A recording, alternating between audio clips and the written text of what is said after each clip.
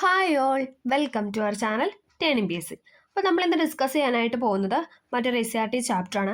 8ാം ക്ലാസ്സിലെ വേൾഡ് ജോഗ്രഫിയുമായി ബന്ധപ്പെട്ട ഭൂമിയിലെ ജലം എന്ന ചാപ്റ്ററാണ് നമ്മൾ ഡിസ്കസ് ചെയ്യുന്നത്. ഓക്കെ, നമുക്ക് പതുക്കെ സ്റ്റാർട്ട് ചെയ്യാം. നമ്മൾ ഓരോ സബ്ജക്റ്റ് എന്താണ് പ്ലേലിസ്റ്റായിട്ട് ആഡ് ചെയ്തിട്ടുണ്ട്. അതോടൊപ്പം 2024 ലേറ്റസ്റ്റ് ആയിട്ട് നടന്ന ക്വസ്റ്റ്യൻ പേപ്പറും അതും നമ്മൾ ഡിസ്കസ് ചെയ്ത ആൻസേഴ്സ് എല്ലാം നമ്മൾ ചെയ്തിട്ടുണ്ട്. അപ്പോൾ അതും കൂടെ ഒന്ന് കണ്ടു നോക്കാനായിട്ട് ശ്രമിക്കുക. ഇഷ്ടമായെങ്കിൽ ഒന്ന് ലൈക്ക് ചെയ്ത് സപ്പോർട്ട് ചെയ്യുക കൂടെ ചെയ്യുക. ഓക്കെ, നമുക്ക് സ്റ്റാർട്ട് ചെയ്യാം. ഭൂമിയിലെ ജലം. ആദ്യം തന്നെ ഇവിടെ ഒരു പോയിന്റ് കൊടുത്തിട്ടുണ്ട്. എപ്പോഴും SRT ചോദിക്കുന്നത് അല്ലേ, SRT ടെക്സ്റ്റിലുള്ള ഒരു ക്വസ്റ്റ്യൻ ആണ്, എപ്പോഴും നമ്മുടെ PSC ചോദിക്കുന്നതാണ്. മാർച്ച് 22 എന്ന് പറയുന്ന ലോക ജലദിനമാണ്. മാർച്ച് 22 എന്ന് പറയുന്നത് ലോക ജലദിനമാണ്. ഓക്കെ, ഇമ്പോർട്ടൻ്റ് ആണ്, പഠിച്ചു വയ്ക്കുക. മാർച്ച് 22 ലോക ജലദിനം. ഓക്കെ, ഇവിടെ ഒരു പോസ്റ്ററൊക്കെ കൊടുത്തിട്ടുണ്ട്. നാളെയും ഇതൊക്കെ ഇവിടെ ഉണ്ടായിരിക്കുമോ അല്ലേ, അതായത് ജലത്തിൻ്റെ കാര്യമൊക്കെയാണ് പറയുന്നത്. ഓക്കെ, ഭൂമിയിൽ ജീവന്റെ ഉത്ഭവത്തെക്കുറിച്ച് നമ്മൾ പഠിച്ചിട്ടുണ്ട് അല്ലേ. ജീവന്റെ നിലനിൽപ്പിന് വായു എന്നതുപോലെ തന്നെ ജലവും അത്യന്താപേക്ഷിതമാണ് അല്ലെ. നമ്മൾ വായുവിന്റെ കാര്യമൊക്കെ നമ്മൾ കഴിഞ്ഞ ക്ലാസ്സിൽ പറഞ്ഞായിരുന്നു അല്ലെ. വായു ഉണ്ടെങ്കിലാണ് നമുക്ക് ജീവൻ നിലനിൽക്കുക എന്നൊക്കെ പറഞ്ഞ് നമ്മൾ ആ ചാപ്റ്റർ ഫുള്ള് കംപ്ലീറ്റ് ചെയ്തായിരുന്നു. ഇനി നമ്മൾ ജലത്തിന്റെ കാര്യമാണ് പറയുന്നത് അല്ലെ. വായു പോലെ തന്നെ നമുക്ക് വേണ്ട ഒരു കാര്യമാണ് എന്തെന്ന് പറയുന്നത് ജലവും എന്ന് പറയുന്നത്. ലോക ജലദിനാചരണവുമായി ബന്ധപ്പെട്ട് മുകളിൽ നൽകിയിരിക്കുന്ന പോസ്റ്റർ ശ്രദ്ധിക്കൂ. നിത്യജീവിതത്തിൽ ഇത്രയേറെ പ്രാധാന്യമുള്ള ജലം എന്ന പ്രകൃതി വിഭവത്തിന്റെ ലഭ്യതയെക്കുറിച്ച് പോസ്റ്റർ മുന്നോട്ട് വയ്ക്കുന്ന ആശങ്കയാണ് ചർച്ച ചെയ്യാനായിട്ട് പറയുന്നത്. ഓക്കെ, നമുക്ക് സ്റ്റാർട്ട് ചെയ്യാം. ജീവജലം. ആദ്യം ഇവിടെ ഒരു ബോക്സ് കൊടുത്ത് നമുക്ക് ആദ്യം അതൊന്ന് നോക്കാം.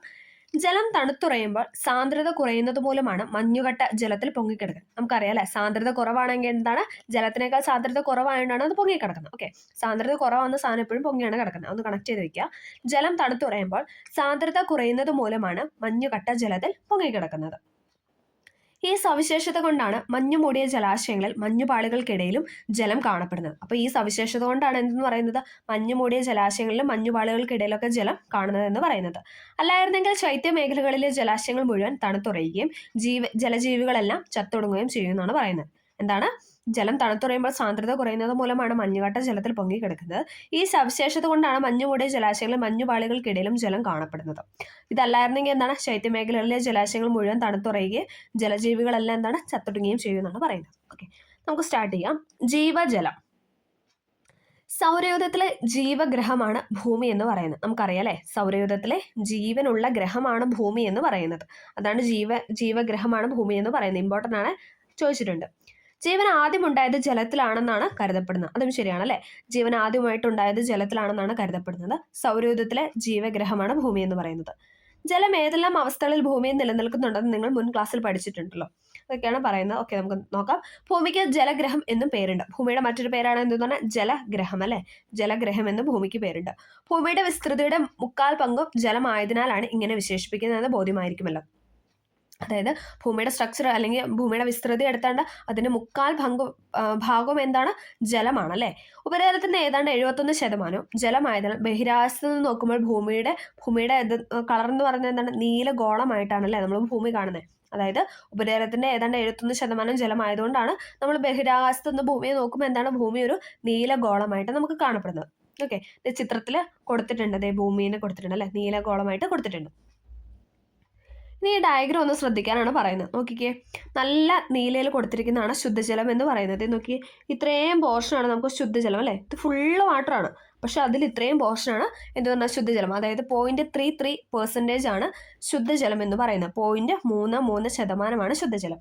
അപ്രാപ്യമായ ശുദ്ധജലം, അതായത് നമുക്ക് പ്രാപിക്കാൻ പറ്റാത്ത, നമുക്ക് എത്തിപ്പെടാൻ പറ്റാത്ത ശുദ്ധജലം എന്ന് പറയുന്നത് 2.67%. 0.33% ശുദ്ധജലം എന്ന് പറയുന്നത്. അപ്രാപ്യമായ ശുദ്ധജലം എന്ന് പറയുന്നത് 2.67. ഇനി ലവണജലമോ, അത് 97% അല്ലെ. ബാക്കിയുള്ള മുഴുവൻ ശതമാനം എന്താണ്, ലവണജലം അഥവാ ഉപ്പിന്റെ അംശമുള്ള ജലമാണ്. സമുദ്രജലം എന്നൊക്കെ പറയാം അല്ലെ.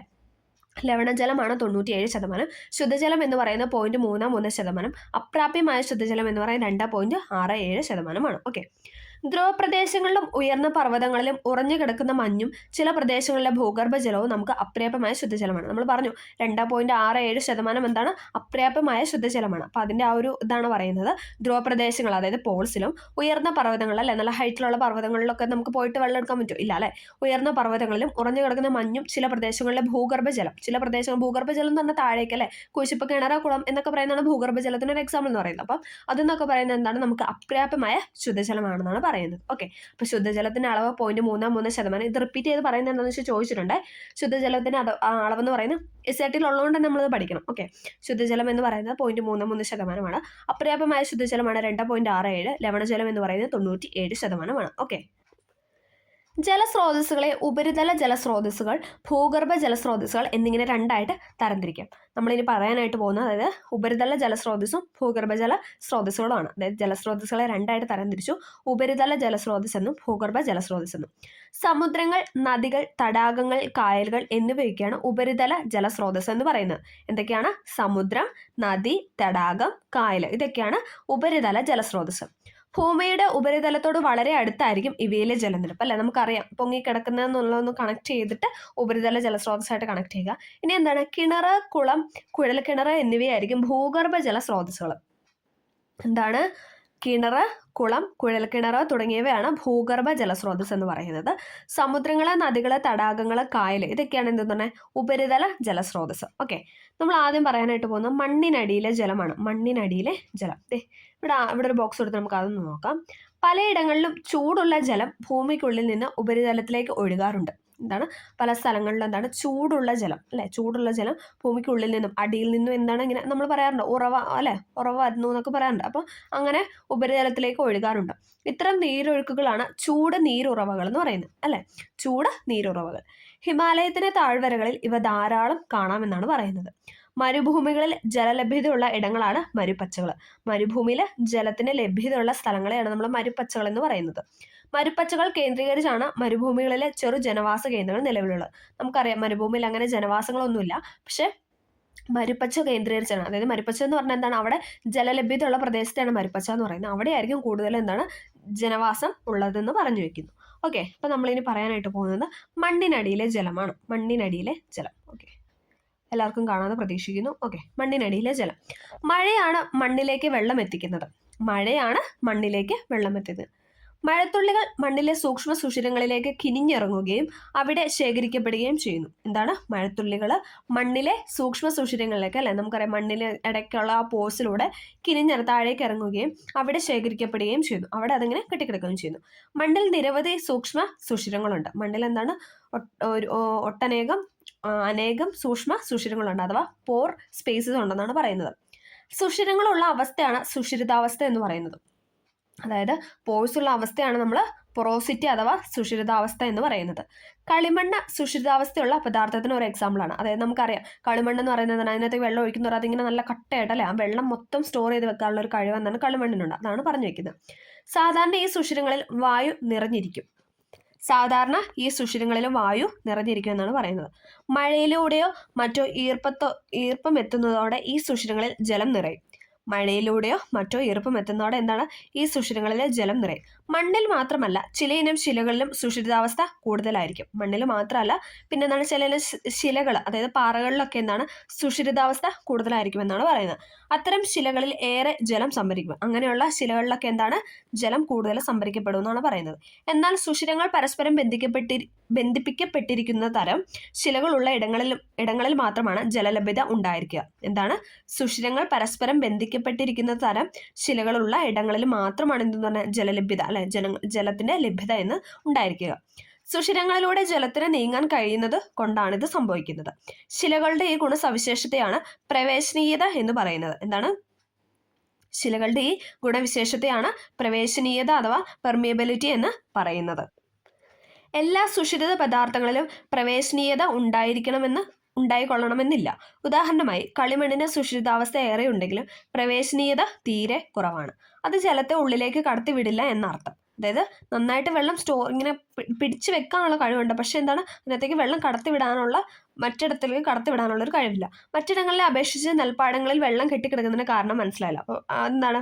അവിടെ എന്താണ്? വെള്ളം ഉള്ളിലോട്ട് കടത്തിവിടത്തില്ല. ഓക്കെ, ഭൂമിയിൽ പെയ്തിറങ്ങുന്ന മഴവെള്ളം മഴയില്ലാത്ത കാലങ്ങളിലേക്ക് സംഭരിച്ചു വെക്കാനുള്ള സംവിധാനം പ്രകൃതി ഏർപ്പെടുത്തിയിട്ടുണ്ട്. മഴവെള്ളം മണ്ണിനടിയിലേക്ക് ഊർന്നിറങ്ങാനുള്ള അവസരം നാം തടസ്സപ്പെടുത്തിയാൽ വേനൽക്കാലത്ത് ജലദൗർലഭ്യമായിരിക്കും ഫലമെന്ന് പറയുന്നത്. കിണർ നിർമ്മാണത്തിനും മറ്റു ആവശ്യങ്ങൾക്കുമൊക്കെ കുഴിയെടുക്കുന്നത് നിങ്ങൾ ശ്രദ്ധിച്ചിട്ടുണ്ടാവും. ആഴം കൂടുന്തോറും പൊതുവെ മണ്ണിന്റെ നനവ് വർദ്ധിക്കുന്നത് കാണാം, അല്ലെ? നമ്മളിങ്ങനെ കുഴിച്ചു പോകുന്നതനുസരിച്ച് ഇങ്ങനെ നനഞ്ഞ മണ്ണായിരിക്കും കൂടുതൽ കാണാനായിട്ട് സാധിക്കുക. വീണ്ടും ആഴം കൂട്ടിയാലോ ശിലകളിലെ സുഷിരങ്ങളിൽ നിറഞ്ഞിരിക്കുന്ന ജലം കിനിഞ്ഞിറങ്ങി കുഴിയിൽ നിറയുന്നു. എല്ലാ സുഷിരങ്ങളിലും ജലം കൊണ്ട് നിറഞ്ഞിരിക്കുന്ന ഭാഗമായതിനാലാണ് ഈ ജലസമൃദ്ധി ഉണ്ടാവുന്നത്. ഭൂമിക്കടിയിലെ ജലസമൃദ്ധമായ ഭാഗത്തിന്റെ മുകൾ പരപ്പാണ് ജലപീഠം എന്ന് പറയുന്നത്. എന്താണ്? ഭൂമിക്കടിയിലെ ജലസമൃദ്ധമായ ഭാഗത്തിന്റെ മുകൾ പരപ്പാണ് ജലപീഠം അഥവാ വാട്ടർ ടേബിൾ എന്ന് അറിയപ്പെടുന്നത്. ഭൂമിക്കടിയിൽ സംഭരിക്കപ്പെട്ടിരിക്കുന്ന ജലമാണ് ഭൂഗർഭ ജലം എന്ന് പറയുന്നത്. എന്താണ് ഭൂഗർഭ ജലം എന്ന് പറഞ്ഞാൽ? എന്താണ്? ഭൂമിയുടെ അടിയിൽ സംഭരിക്കപ്പെട്ടിരിക്കുന്ന ജലമാണ് ഭൂഗർഭ ജലം അഥവാ അണ്ടർഗ്രൗണ്ട് വാട്ടർ എന്ന് പറയുന്നത്. ഓക്കെ, ക്ലിയർ ആയെന്ന് പ്രതീക്ഷിക്കുന്നു.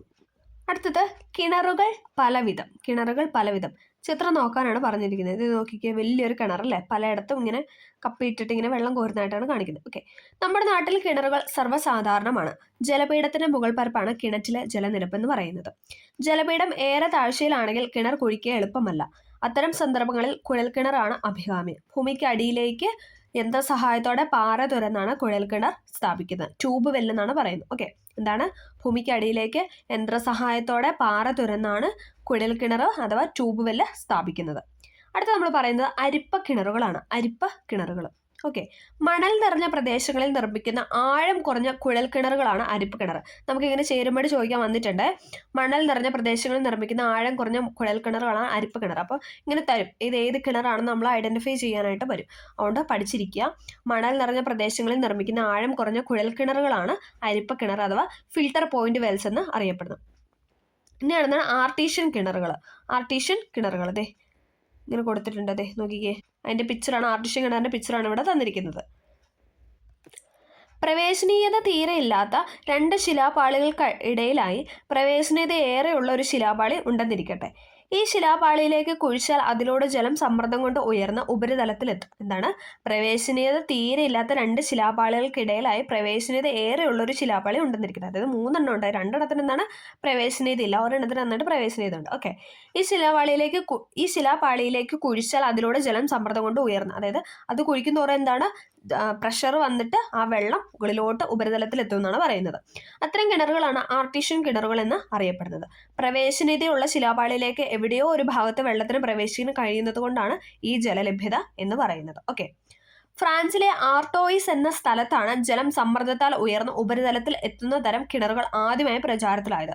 അതേ തുടർന്ന് ലോകത്തിന്റെ ഇതര ഭാഗങ്ങളിൽ നിർമ്മിക്കുന്ന ഇത്തരം കിണറുകൾ ആർട്ടീഷ്യൻ കിണറുകൾ എന്നറിയപ്പെടാനായിട്ട് തുടങ്ങി. ആ പേരിന്റെ ആ ഉത്ഭവമാണ് പറയുന്നത്. എന്താണ്? ഫ്രാൻസിലെ ആർട്ടോയിസ് എന്ന സ്ഥലത്താണ് ജലം സമ്മർദ്ദത്താൽ ഉയർന്ന ഉപരിതലത്തിൽ എത്തുന്ന തരം കിണറുകൾ ആദ്യമായിട്ട് പ്രചാരത്തിലായത്. അതേ തുടർന്ന് ലോകത്തിന്റെ ഇതര ഭാഗങ്ങളിൽ നിർമ്മിക്കുന്ന ഇത്തരം കിണറുകളാണ് ആർട്ടീഷ്യൻ കിണറുകൾ എന്നറിയപ്പെടാൻ തുടങ്ങിയതെന്നാണ് പറയുന്നത്. അടുത്ത നമ്മൾ പറയുന്നത് നീരുറവ അഥവാ സ്പ്രിംഗ് ആണ്.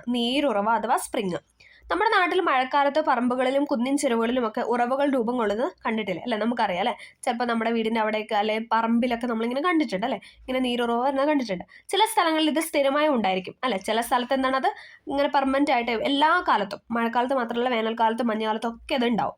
മറ്റിടങ്ങളിൽ അവ മഴക്കാലം കഴിയുന്നതോടെ വറ്റിപ്പോകും. ജലപീഠം ഭൗമ ഉപരിതലത്തെ സ്പർശിക്കുന്ന ഇടങ്ങളിൽ ജലം ഭൂമിക്കുള്ളിൽ നിന്ന് ഉപരിതലത്തിലൂടെ ഒഴുകും. ഇതാണ് നീരുറവ അഥവാ സ്പ്രിംഗ് എന്ന് പറയുന്നത്. എന്താണ്?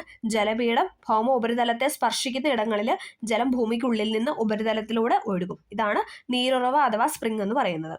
ചില സ്ഥലങ്ങളിൽ ഇങ്ങനെ ഒഴുകുന്ന വെള്ളത്തിന് ചൂടുണ്ടായിരിക്കും അല്ലെ, അതിനാണ് നമ്മൾ ചൂട് നീരുറവ നമ്മൾ പറഞ്ഞായിരുന്നു അല്ലെ. ചില സ്ഥലങ്ങളിൽ എന്താണ് ഇങ്ങനെ ഒഴുകി വരുന്നതിന് ചൂടുണ്ടായിരിക്കും, അതിനാണ് ചൂട് നീരുറവ അഥവാ ഹോട്ട് സ്പ്രിംഗ് എന്ന് പറയപ്പെടുന്നത്. ഓക്കെ, അപ്പം നമ്മൾ ചൂട് നീരുറവ അഥവാ സ്പ്രിങ്ങിനെ കുറിച്ചാണ് പറഞ്ഞത്. അടുത്ത നമ്മൾ പറയാനായിട്ട് പോകുന്നത് ഗീസറുകളാണ് അല്ലെ. നമ്മൾ കിണർ പറഞ്ഞു, അരിപ്പ കിണർ പറഞ്ഞു, പിന്നെ എന്താണ് ആർട്ടിഷ്യൻ കിണർ പറഞ്ഞു, പിന്നെ നമ്മൾ എന്താണ് സ്പ്രിംഗ് അല്ലെ, ഉറവേനെ പറ്റി പറഞ്ഞു, നീരുറവ പറഞ്ഞു. ഇനി നമ്മൾ പറയാനായിട്ട് പോകുന്നത് ഗീസറുകൾ. ഭൂമിക്കുള്ളിൽ നിന്ന് നിശ്ചിത ഇടവേളകളിൽ ചൂടുവെള്ളവും നീരാവിയും ശക്തമായി പുറത്തേക്ക് പ്രവഹിക്കുന്ന പ്രതിഭാസമാണ് ഗീസറുകൾ എന്ന് പറയുന്നത്. ഇമ്പോർട്ടൻ്റ് ആണ്. ഭൂമിക്കുള്ളിൽ നിന്ന് നിശ്ചിത ഇടവേളകളിൽ ചൂടുവെള്ളവും നീരാവിയും ശക്തമായി പുറത്തേക്ക് പ്രവഹിക്കുന്ന പ്രതിഭാസമാണ് ഗീസറുകൾ എന്ന് പറയുന്നത്. അമേരിക്കയിലെ യെല്ലോസ്റ്റോൺ നാഷണൽ പാർക്കിലെ ഓൾഡ് ഫെയ്ത്ത്ഫുൾ ഗീസർ ഇതിനൊരു ഉദാഹരണമാണ്. അമേരിക്കയിലെ യെല്ലോസ്റ്റോൺ നാഷണൽ പാർക്കിലെ ഓൾഡ് ഫെയ്ത്ത്ഫുൾ ഗീസർ ഇതിനൊരു എക്സാമ്പിൾ ആണെന്നാണ് പറയുന്നത്. ഭൂമിക്കുള്ളിൽ നിന്നും നിശ്ചിത ഇടവേളകൾ അല്ലേ, ആദ്യം ചൂടുവെള്ളം വന്ന് പിന്നെ നീരാവി വരുന്നു, അങ്ങനെ ആ ഒരു ഇത് ഇങ്ങനെ മാറി മാറി വരുന്ന പ്രതിഭാസത്തെയാണ് നമ്മൾ എന്തെന്ന് പറയുന്നത് ഗീസറുകൾ എന്ന് പറയുന്നത്. കാസർഗോഡൻ മേഖലയിലെ സുരംഗ കിണറുകളാണ് നമ്മൾ നോക്കാനായിട്ട് പോകുന്നത്. നോക്കിക്കേ, കുടിവെള്ള ശേഖരണത്തിനായി കാസർഗോഡ്, ദക്ഷിണ കന്നഡ ജില്ലകളിലുള്ളവർ ഉപയോഗിക്കുന്ന മാർഗമാണ് സുരംഗ കിണറുകളുടെ നിർമ്മാണം എന്ന് പറയുന്നത്. എവിടേക്കാണ്? കാസർഗോഡ്, ദക്ഷിണ കന്നഡ ജില്ലകളിലുള്ളവർ ഉപയോഗിക്കുന്ന മാർഗമാണ് സുരംഗ കിണർ. കുന്നുകളുടെ താഴ്വാരത്തിൽ തിരശ്ചീനമായി ഉള്ളിലേക്ക് തുരന്നാണ് ഇവ നിർമ്മിക്കുന്നത്. കഷ്ടിച്ച ഒരാൾക്ക് കടക്കാൻ മാത്രം വലിപ്പമുള്ള സുരംഗ കിണറുകളിലൂടെ വെള്ളം താനെ പുറത്തേക്ക് ഒഴുകിയെത്തും എന്നത് ഇതിന്റെ മേന്മയാണ്. അറേബ്യയുമായി ഉണ്ടായിരുന്ന കച്ചവട ബന്ധങ്ങളിലൂടെയാണ് ഈ വിദ്യ ഇവിടെയും എത്തിയതെന്ന് കരുതപ്പെടുന്നു എന്നാണ് പറയുന്നത്. ഓക്കെ, നമ്മൾ പറഞ്ഞ എന്താണ്? ഹൊറിസോണ്ടൽ വെൽസ് അഥവാ സുരംഗ കിണറിനെ കുറിച്ചാണ്. ഓക്കെ, കാസർഗോഡും പിന്നെ എന്താണ് ദക്ഷിണ കന്നഡ ജില്ലയിലുള്ളവരൊക്കെ ഉപയോഗിക്കുന്ന ഒരു കുടിവെള്ള മാർഗ്ഗമാണ് എന്ന് പറഞ്ഞാൽ സുരംഗ കിണർ എന്ന് പറയുന്നത്.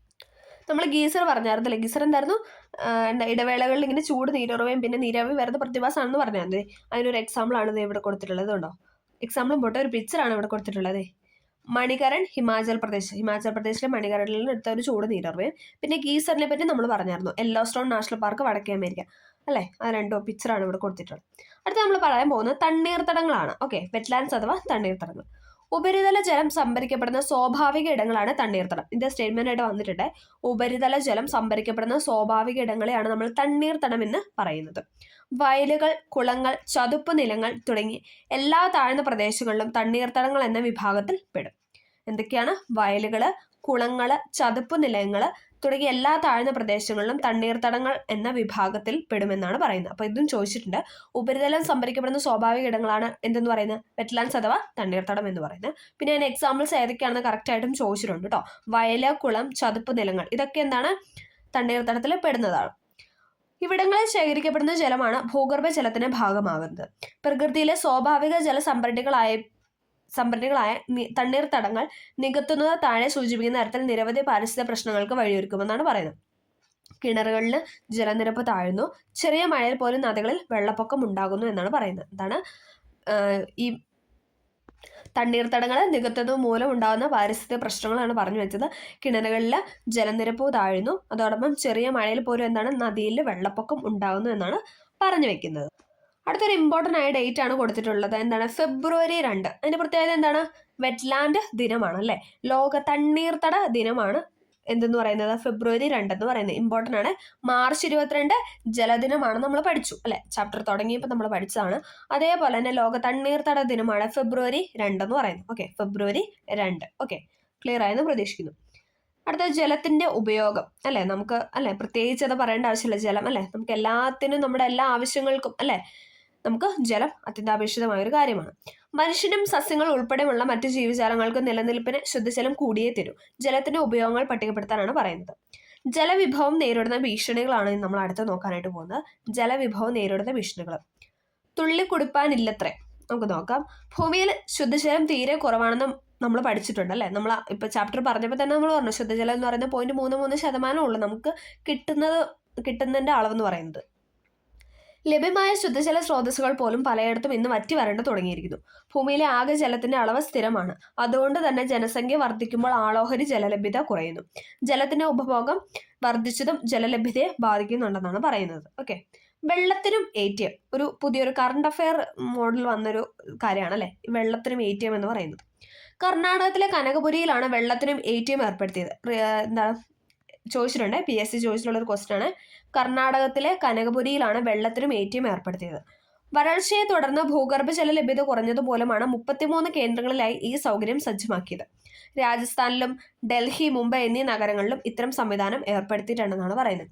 വെള്ളത്തിനും ATM കർണാടകത്തിലെ കനകപുരിയിലാണ് വെള്ളത്തിനും ATM ഏർപ്പെടുത്തിയത് അല്ലെ? നമ്മൾ പൈസ ഇട്ട് നമുക്ക് നമ്മൾ കാർഡിട്ട് പൈസ എടുക്കുന്ന പോലെ ആ ATMന്റെ ഉപയോഗം പോലെ തന്നെ എന്താണ് നമ്മൾ പൈസ ഇട്ടിട്ട് വെള്ളം മേടിക്കും. ഓക്കെ, വരൾച്ചയെ തുടർന്ന് ഭൂഗർഭജല ലഭ്യത കുറഞ്ഞത് മൂലമാണ് 33 കേന്ദ്രങ്ങളായിട്ട് ഈ സൗകര്യം സജ്ജമാക്കിയത്. രാജസ്ഥാനിലും ഡൽഹി, മുംബൈ എന്നീ നഗരങ്ങളിലും എന്താണ് ഇത്തരം സംവിധാനം ഏർപ്പെടുത്തിയിട്ടുണ്ടെന്നാണ് പറഞ്ഞു വെക്കുന്നത്. അടുത്തത് നമ്മൾ പറയുന്നത് ജലമലിനീകരണമാണ്. ജലമലിനീകരണം. ഐക്യരാഷ്ട്ര സംഘടനയുടെ കണക്കുകൾ പ്രകാരം പ്രതിദിനം 20 ലക്ഷം ടൺ മാലിന്യങ്ങളാണ് ലോകമൊട്ടാകെ ജലത്തിലേക്ക് തള്ളപ്പെടുന്നതെന്നാണ് പറയുന്നത് അല്ലേ? എന്തുമാത്രം മാലിന്യം അല്ലേ ഒരു ദിവസം? ഐക്യരാഷ്ട്ര സംഘടനയുടെ കണക്കുകൾ പ്രകാരം പ്രതിദിനം ഒരു ദിവസം എന്താണ് 20 ലക്ഷം ടൺ മാലിന്യങ്ങളാണ് ലോകമൊട്ടാകെ ജലത്തിലേക്ക് തള്ളപ്പെടുന്നതെന്നാണ് കണക്ക് പറയുന്നത്.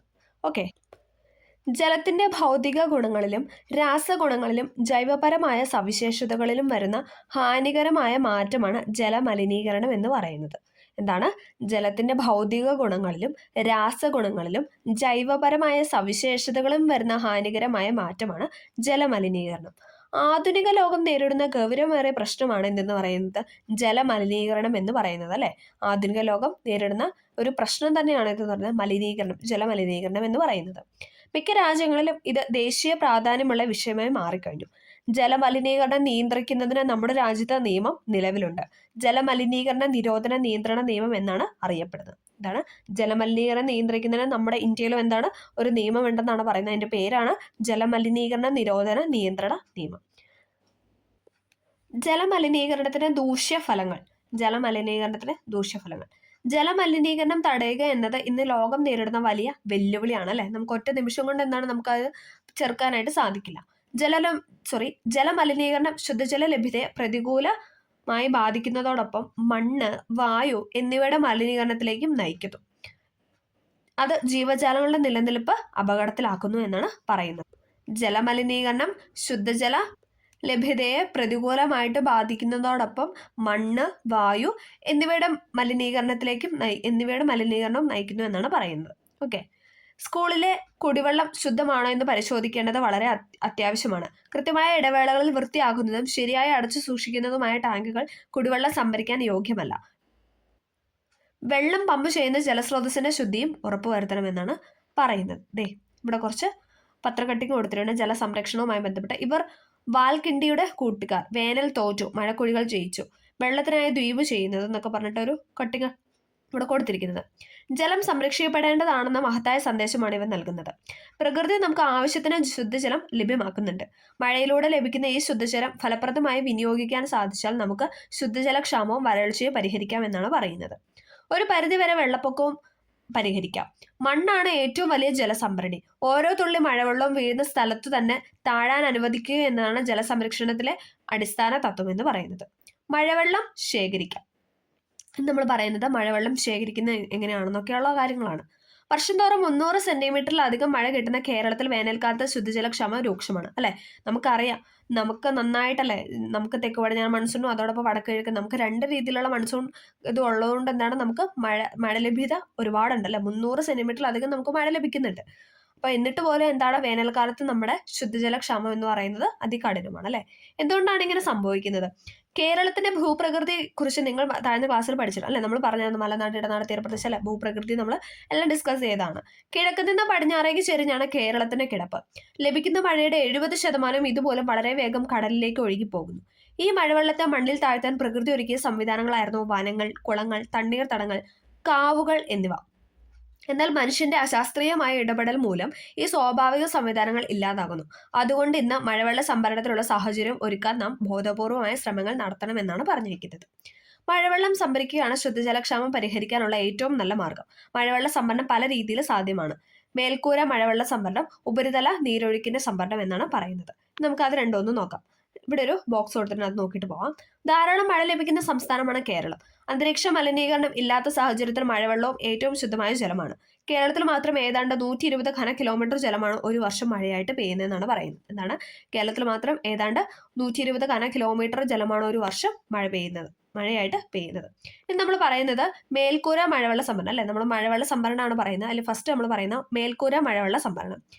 കെട്ടിടങ്ങളുടെ മേൽക്കൂരയിൽ പതിക്കുന്ന മഴവെള്ളം സംഭരണികളിൽ ശേഖരിക്കുകയോ ഭൂമിയിലേക്ക് ഇറക്കിവിട്ട് ഭൂഗർഭ ജലവിധാനം ഉയർത്തുകയോ ചെയ്യുന്നതാണ് എന്തെന്ന് പറയുന്നത് മേൽക്കൂര മഴവെള്ള സംഭരണം എന്ന് പറയുന്നത്. ഇവിടെ കൊടുത്തിട്ടുണ്ട്, അല്ലെ? നമ്മുടെ വീടിന്റെ മേൽക്കൂരയിലേക്കൂടെ ഒഴുകി വന്നിട്ട് എന്താണ് നമുക്കത് ശേഖരിക്കാനായിട്ട് ടാങ്ക് ഒക്കെ വെച്ച് കഴിഞ്ഞാൽ എന്താണ് നമുക്കത് മേൽക്കൂര മഴവെള്ള സംഭരണം ആവുമെന്നാണ് പറയുന്നത്. നമ്മൾ പറയുന്നത് ഉപരിതല നീരൊഴുക്കിന്റെ സംഭരണമാണ്. മഴവെള്ളം ഭൂമിയുടെ ഉപരിതലത്തിലൂടെ ഒഴുകി പോകാതെ മണ്ണിനടിയിലേക്ക് താഴ്ത്താനും ശേഖരിക്കാനും താഴെ പറയുന്ന പ്രവർത്തനങ്ങൾ സഹായിക്കുമെന്നാണ് പറയുന്നത്. മണ്ണിനടിയിലേക്ക് താഴ്ത്താൻ വേണ്ടിയിട്ടുള്ള ശ്രമങ്ങളിൽ പെടുന്നതാണ് എന്താണ്? തണ്ണീർത്തടങ്ങൾ സംരക്ഷിക്കുക, വനങ്ങൾ നിലനിർത്തുക, മരങ്ങൾ നട്ടു വളർത്തുക, ബഹുനില കൃഷി, തട്ടുകൃഷി, പുതയിടൽ, തടയണകൾ നിർമ്മിക്കുക, കയ്യാല നിർമ്മിക്കുക, മഴക്കുഴികൾ നിർമ്മിക്കുക. ഇതൊക്കെ എന്താണ്? ഉപരിതല നീരൊഴുക്കിന്റെ സംഭരണം ആണ് നമ്മൾ പറയുന്നത്. എന്തൊക്കെയാണ്? തണ്ണീർത്തടങ്ങൾ സംരക്ഷിക്കുക, വനങ്ങൾ നിലനിർത്തുക, മരങ്ങൾ നട്ടു വളർത്തുക, ബഹുനില കൃഷി, തട്ടുകൃഷി, പുതയിടല്, തടയണകൾ നിർമ്മിക്കുക, കയ്യാലകൾ നിർമ്മിക്കുക, മഴക്കുഴികൾ നിർമ്മിക്കുക. അതെ, തട്ടുകൃഷിയുടെ ഒരു പിക്ചറൊക്കെയാണ് ഇവിടെ കൊടുത്തിട്ടുള്ളത്. നല്ല രസമുണ്ടല്ലേ? ഓക്കെ.